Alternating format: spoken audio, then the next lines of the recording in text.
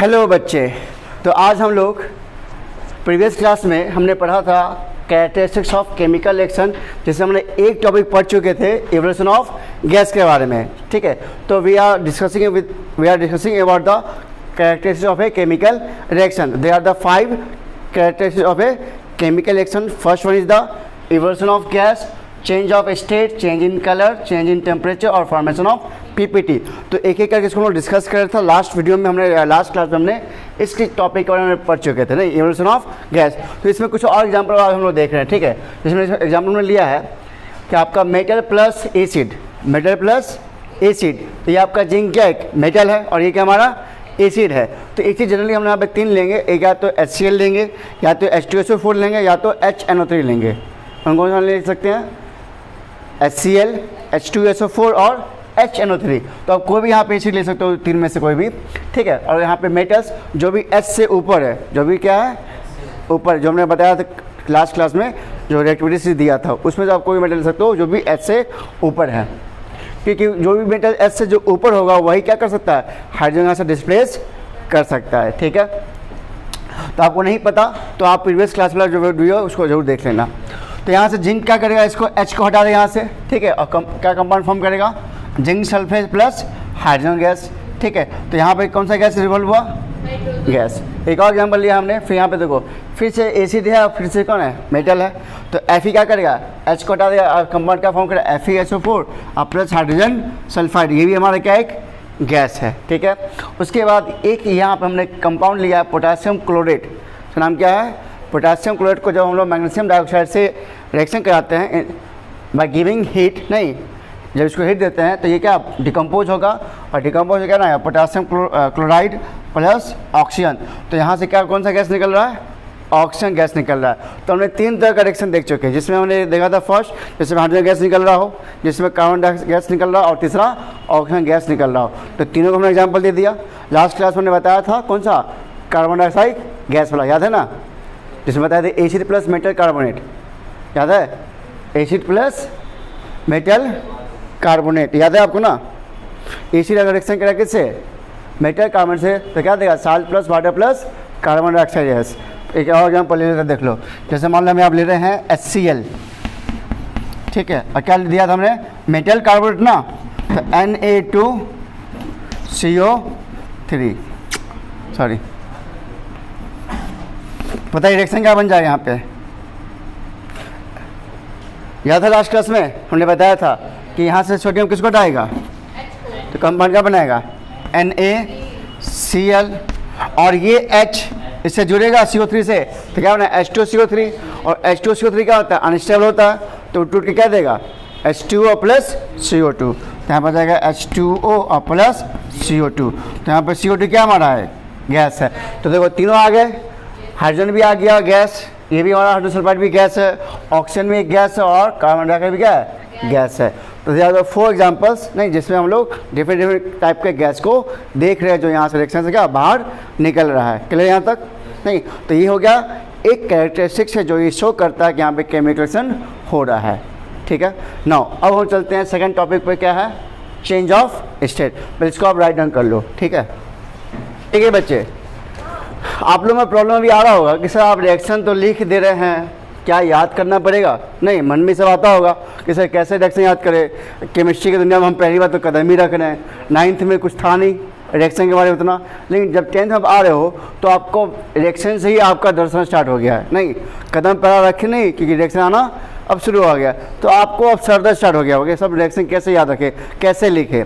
तो घबराना नहीं है, आप थोड़ा सा समय दो। ठीक है, इस चैप्टर में जैसे जैसे हमने आपको जब स्टडी किया था इस चैप्टर के बारे में, तो हमने कहा था कि केमिस्ट्री का क्या पूरा का पूरा ये बेस है, जिसमें हम केवल रिएक्शन के बारे में डिस्कस करेंगे। किसके बारे में, तो आप अभी जो बस स्टार्टिंग हम लोग पढ़ रहे हैं, अभी हम लोग क्या पढ़ रहे हैं, केमिकल रिएक्शन क्या होता है, उसके कैरेक्टरिस्टिक्स क्या होते हैं, नहीं, उसके बाद हम लोग देखेंगे बैलेंसिंग, क्या देखेंगे, बैलेंसिंग, और उसके बाद आपको हम बताएंगे कि फिर रिएक्शन कैसे करवाया जाता है, रिएक्शन कैसे होता है, फिर उसको आप भी लिख सकोगे। ठीक है, तो घबराने की ज़रूरत नहीं है, क्यों, क्योंकि हम यहाँ हैं, तो घबराना किस बात का है, नहीं। और देखना कि आप भी फटाफट रिएक्शन बनाओगे। ठीक है, हाँ, कुछ ऐसा रिएक्शन होगा जिसके लिए आपको थोड़ा सा नॉलेज चाहिए, लेकिन कुछ ज़्यादातर जो मोस्ट ऑफ जो रिएक्शन है वो बहुत ही आसान है, ठीक है। जो एक सिंपल सा कंसेप्ट है, 2-3 कंसेप्ट है, उसके आधार पे आप समझ सकते हो आसानी से। थोड़ा सा आपको 3 चीज़ याद रखना है बस। केमिस्ट्री अगर आप चाहते हो कि अच्छा आपका हो तो आपको 3 चीज़ याद रखना होगा। पहला आपको रिएक्टिविटी सीरीज, जो उस दिन कल याद करवा ही दिए थे लास्ट वीडियो में, लास्ट क्लास में। दूसरा है एटॉमिक नंबर, जो क्लास 9th में आपने याद किया होगा, 1 से लेकर 20 तक, ठीक है। सबका एटॉमिक नंबर याद होना चाहिए। और तीसरा है वैलेंसी, जो भी हमने क्लास 9th में याद करवाए थे। तो 3 चीज़ बस याद करना है। क्या क्या याद करना है? Reactivity series, very good. Reactivity series तो आपको याद ही होगा। एटॉमिक नंबर और तीसरा वैलेंसी, बस। और कोई चीज़ याद रखने की ज़रूरत नहीं है। और आप देखोगे, क्योंकि हम बोलने से ज़्यादा पसंद करते हैं करके दिखाना। तो चलो, अब बोले कि रिएक्शन आप भी कर सकते हो तो आप भी करोगे, ठीक है। कुछ बेसिक बात आपको, अब देखो इसमें अगर हम इसको छोड़ दें, इस वाले को छोड़ दें, तो अब देखो क्या इस रिएक्शन को आप नहीं कर सकते हो क्या? यहाँ पे क्या है? मेटल है। अब तो मेटल याद होगा ना, ठीक है। जब हमने रिएक्टिविटी सीरीज दिया तो वो तो याद होना चाहिए, ठीक है। तो ये मेटल है और ये क्या हमारा है? एसिड है ना। तो अगर मान लो, अगर हम इस यहाँ से उठाए कंसेप्ट पहला कि एसिड प्लस मेटल, क्या है कंसेप्ट? Acid plus metal. तो अगर कोई भी एसिड को हम मेटल से रिएक्शन कराएंगे तो क्या देगा? तो यहाँ पे जो क्या दे रहा है, ये साल्ट कहलाता है। क्या कहलाता है? साल्ट। यहाँ से एक हाइड्रोजन गैस निकलेगा। अब साल्ट क्या होता है, एसिड क्या होता है, जब हम लोग पढ़ेंगे एसिड बेस एंड साल्ट तो वहाँ समझा देंगे। साल्ट 5 तरह के साल्ट होते हैं ना, और जो साल्ट जो बनते हैं वो एसिड और बेस से मिलकर बनते हैं। कैसे बनते हैं? तो फिलहाल उसमें हम नहीं जा रहे हैं, अभी बस आपको हम रिएक्शन समझा रहे हैं। तो देखो यहाँ पे हमने एक कंसेप्ट क्या निकाला कि एसिड प्लस मेटल, क्या निकाला? तो क्या दे रहा है? Salt plus hydrogen gas. और अगर नहीं भी याद रखना तो कोई बात नहीं। देखो अगर मेरे पास एसिड और मेटल है तो मेटल यहाँ से किसको हटाएगा? यहाँ से किसको डिस्प्लेस करेगा? क्यों डिस्प्लेस करेगा? हाँ, ये मोर एक्टिव है और ये लेस एक्टिव है। तो ये चाहेगा इससे चाहता है कंबाइन करना, नहीं, इसको यहाँ से हटा देगा। और तो जब ये और ये आपस में कंबाइन करेगा तो इसकी वैलेंसी और इसकी वैलेंसी क्या होगा? इंटरचेंज होगा। तो अपने क्लास 9th में पढ़ा है ना, वैलेंसी इंटरचेंज करके कंपाउंड को फॉर्म करने का। तो इसकी वैलेंसी कितनी होती है? 2। और इसकी वैलेंसी कितनी सल्फेट की? उसकी भी 2, याद है। तो दोनों की वैलेंसी कितनी है? 2 है। अभी घबराओ नहीं, हम आगे लिखवा देंगे। अगर वैलेंसी याद नहीं है तो हम आगे जब बताएंगे टाइप्स ऑफ रिएक्शन में तो हम आपको वैलेंसी लिखवा देंगे, ठीक है। तो 2 वैलेंसी का जब करें क्रॉस मल्टीप्लाई तो 2 क्या होगा? कट जाएगा। नहीं, यहाँ पे हम लिखते हो, यहाँ पे लिखते हैं जेड का वैलेंसी 2 है और SO4 की वैलेंसी कितनी है? 2 है। तो हमने बताया जब भी कंपाउंड फॉर्म होता है सिंपलेस्ट रेशियो में, किस में? तो ये 2 से 2 कट जाएगा, ठीक है। तो कंपाउंड क्या बन जाएगा? ZnSO4। तो ZnSO4 प्लस H2। चलो नीचे देखो, नीचे भी वैसा ही है, metal plus acid, metal plus acid. तो क्या करें? इसको यहाँ से हटा देगा, ठीक है। लेकिन यहाँ पे जो बनेगा क्या बनेगा? हाइड्रोजन सल्फाइड बनेगा, ठीक है। तो कुछ रिएक्शन आपको याद रखना पड़ेगा, ठीक है। उसके बाद देखो यहाँ पे अभी जस्ट बताया इसके बारे में, क्या बताया था आपको?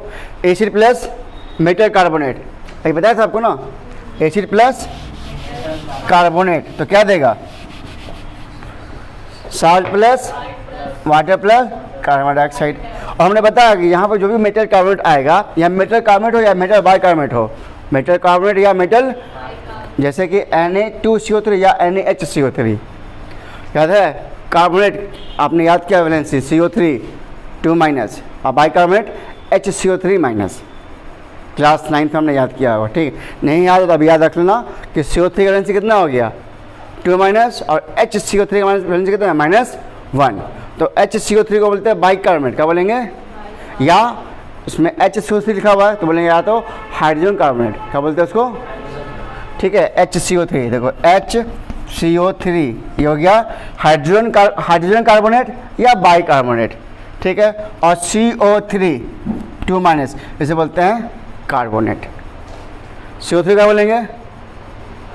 कार्बोनेट। ऐसे क्या बोलेंगे? इसकी वैलेंसी कितनी? 2। इसकी वैलेंसी कितनी? 1। तो अब यहाँ बताओ, यहाँ पे क्या है? सोडियम कार्बोनेट या सोडियम बाइकार्बोनेट है? सोडियम कार्बोनेट है। और इधर क्या है? एसिड है।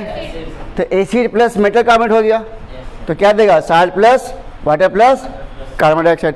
चलो अब यहाँ पे हम रिएक्शन लिखते हैं। देखो अब तुम बताओगे, ठीक है, मेरे सामने। मान लो हमने यहाँ पर ले लिया HCl, ठीक है, और यहाँ हमने ले लिया MgCO3, MgCO3, बताओ रिएक्शन क्या देगा? बताइए रिएक्शन क्या देगा? हाँ तो देखो Mg किसको हटाएगा, हटाएगा यहाँ से H को हटाएगा तो क्या बन जाएगा? लेकिन देखो जब MgCl से कंबाइन करेगा तो याद रखना रिएक्शन में कि इनकी वैलेंसी इंटरचेंज होंगी, इनकी वैलेंसी, तो इसकी वैलेंसी कितनी होती है Mg की? 2, वेरी गुड, और Cl की वैलेंसी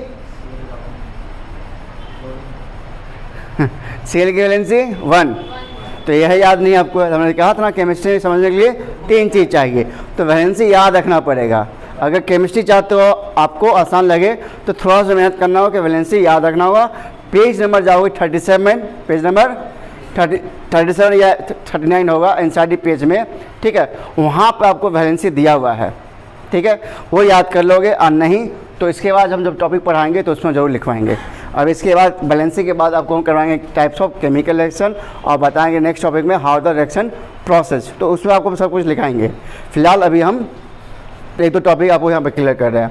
तो देखो यहाँ से कंपाउंड क्या बन जाएगा Mg, तो Mg की वैलेंसी 2 हो गया और Cl की वैलेंसी कितना होगा? 1 हुआ, तो कंपाउंड क्या बन जाएगा? MgCl2, तो कंपाउंड बन जाएगा MgCl2। उसके बाद ये H इससे जुड़ेगा तो क्या बन जाएगा? H2CO3, और H2CO3 क्या देगा? Very good, H2O plus CO2।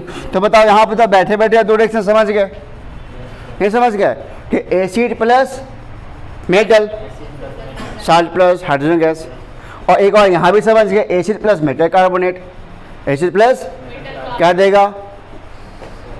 Salt plus carbon dioxide gas. चलो एक और लेते हैं, आपको कंफ्यूजन और दूर करते हैं। केमिस्ट्री में कभी भी दिक्कत नहीं आएगा, बस 3 चीज़ याद रखो। कितनी चीज़ याद रखना है? जिसको 3 चीज़ अच्छे से याद है, मेरा प्रॉमिस है कि केमिस्ट्री कभी दिक्कत नहीं आने वाला है, कभी नहीं आएगा, ठीक है। और रिएक्शन आप फटाफट आप खुद लिखना स्टार्ट कर दोगे, अभी देखो खुद भी बना दोगे। मान लो हम एक और ले लेते हैं, यहाँ पे मान लो हमने ले लिए H2SO4, ठीक है, अब हमने एसिड चेंज कर दिया और यहाँ पर ले लेते हैं सिंपल ले लेते हैं, मान लो कि NaHCO3, क्या लिया हमने? तो देखो ये एसिड है सल्फ्यूरिक एसिड, कौन सा एसिड हो गया? और ये क्या है? सोडियम बाइकार्बोनेट, देखो HCO3 लिखा हुआ है, सोडियम, और ये क्या था? मैग्नीशियम कार्बोनेट था ना, और ये क्या हमारा? Sodium bicarbonate. तो सिंबल वही बात, सेम रिएक्शन होगा। तो सोडियम यहाँ से किसको हटाएगा? H को हटाएगा, तो कंपाउंड क्या बन जाएगा? सोडियम इससे जुड़ेगा, किससे? SO4 से। सोडियम यहाँ से किसको हटाया? H को हटाया, और किससे जुड़ जाएगा ये? अब बताओ, पहले आता है पॉजिटिव, फिर आता है नेगेटिव, पहले क्या आता है? फिर आता है, वो भी हम बताएंगे आगे रीजन, ऐसा क्यों, ठीक है। तो सोडियम का वैलेंसी कितना होता है? 1, और SO4 की वैलेंसी 2, तो कर दो क्रॉस मल्टीप्लाई, तो क्या बन जाएगा? Na का वैलेंसी 1, SO4 का वैलेंसी 2, कीजिए क्रॉस मल्टीप्लाई, हाँ तो क्या बन जाएगा? Na2 SO4, very good. अब देखो ये जो H है, यहाँ से ये H, और यहाँ पे HCO3 है, तो यहाँ से दोनों अब जुड़ेगा तो H की वैलेंसी कितनी होती है? 1, और H की वैलेंसी कितनी? इसके लिए 1, तो कंपाउंड क्या बन जाएगा? H2CO3, यहाँ से कंपाउंड क्या बन गया? और H2CO3 क्या देगा हमें? हाँ, H2O प्लस CO2। अच्छा एक बात और समझ लो सभी लोग, एक बात और समझ लो यहाँ पे, कि यहाँ पे जो संख्या है ना, जैसे यहाँ पे H2 लिखा हुआ है, ठीक है, यहाँ पे जो भी लिखा हुआ रहेगा, जैसे यहाँ पे 2 लिखा हुआ है, हमें इस संख्या से मतलब बिल्कुल नहीं है। जब भी आयंस आपस में एक्सचेंज होते हैं, जब भी आयंस आपस में, तो वहाँ पे उनकी संख्या एक्सचेंज नहीं होती है, वहाँ पे केवल उनकी वैलेंसी इंटरचेंज होती है। क्या चेंज होती है? जैसे आप यहाँ पे देखो, यहाँ तो बोलो सर यहाँ पे H2 है और यहाँ पे HO3 यहाँ पे एक ही है, नहीं तो इसका चाहिए 2, इसका चाहिए 1, लेकिन नहीं, ये गलत है। ये जो आप देख रहे हो H2 यहाँ पे, तो ये जो 2 किसका है? SO4 का ना है, किसका है? SO4 का है। तो हमेशा जब भी कंपाउंड में आयंस में उसके वैलेंसी इंटरचेंज होते हैं, क्या चेंज होते हैं? वैलेंसी, ना कि उनकी संख्या। नंबर ऑफ जो एटम्स को जो दिया हुआ है वो चेंज नहीं होता, केवल और केवल चेंज क्या होता है? उनकी वैलेंसी। तो देखो इसकी वैलेंसी कितनी थी? 1, इसकी वैलेंसी कितनी है? 1, तो कंपाउंड क्या बन जाएगा? H2CO3, समझा। और H2CO3 क्या होता है? अनस्टेबल, तो क्या देगा हमेशा? H2O plus CO2। तो बताओ आप तीन बात यहाँ से बैठे बैठे समझ गए, चौथा बात आप यहाँ भी समझ गए कि यहाँ में से क्या देगा। तो आप बताओ रिएक्शन कहाँ हार्ड लग रहा है क्या आप? क्या हम और रिएक्शन दें? चलो और रिएक्शन देते हैं, जब हम और टॉपिक डिस्कस करें उसके बाद धीरे आपको और रिएक्शन देंगे हम, ठीक है। फिलहाल इतना और रिएक्शन तो समझ गए ना, ठीक है। ये दिमाग में रखना, फर्स्ट रिएक्शन में क्या बताया, एसिड प्लस क्या देगा, साल्ट प्लस हाइड्रोजन गैस। अच्छा यहाँ पे एसिड कौन कौन एसिड ले सकते हैं हम लोग, तीन नाम बताए थे ना आपको, कौन कौन, HCl वेरी गुड, H2SO4 और HNO3 नाइट्रिक एसिड, ठीक है ना। उसके बाद हमको आपको बताया था कि आपका एसिड प्लस मेटल कार्बोनेट या acid plus metal bicarbonate, acid plus carbonate या एसिड प्लस मेटल, दोनों में क्या देगा, salt plus water plus carbon dioxide gas, salt plus, clear, ठीक है। अब और एक को हम लोग देखते हैं, ठीक है, कुछ और एग्जांपल से, कुछ और इसके टॉपिक से। देखो अब नेक्स्ट हमारा क्या, चेंज ऑफ स्टेट है, ठीक है। चेंज ऑफ स्टेट भी होता है, जैसे आप कोई भी हमारा सब्सटेंस होता है उसका स्टेट या तो सॉलिड, लिक्विड या गैस होता है। सो ड्यूरिंग केमिकल रिएक्शन, तो उस टाइम उसका क्या होता है स्टेट, और आफ्टर रिएक्शन उसका स्टेट क्या हो जाता है। तो जो स्टेट में जो चेंजिंग आया उसे कहते हैं चेंज ऑफ स्टेट। तो ये भी एक कैरेक्टरिस्टिक्स आपका किसका, केमिकल रिएक्शन का। यदि कहीं भी केमिकल से हो रहा है और उसका स्टेट चेंज अगर हो जाता है तो it's shows there is a chemical reaction.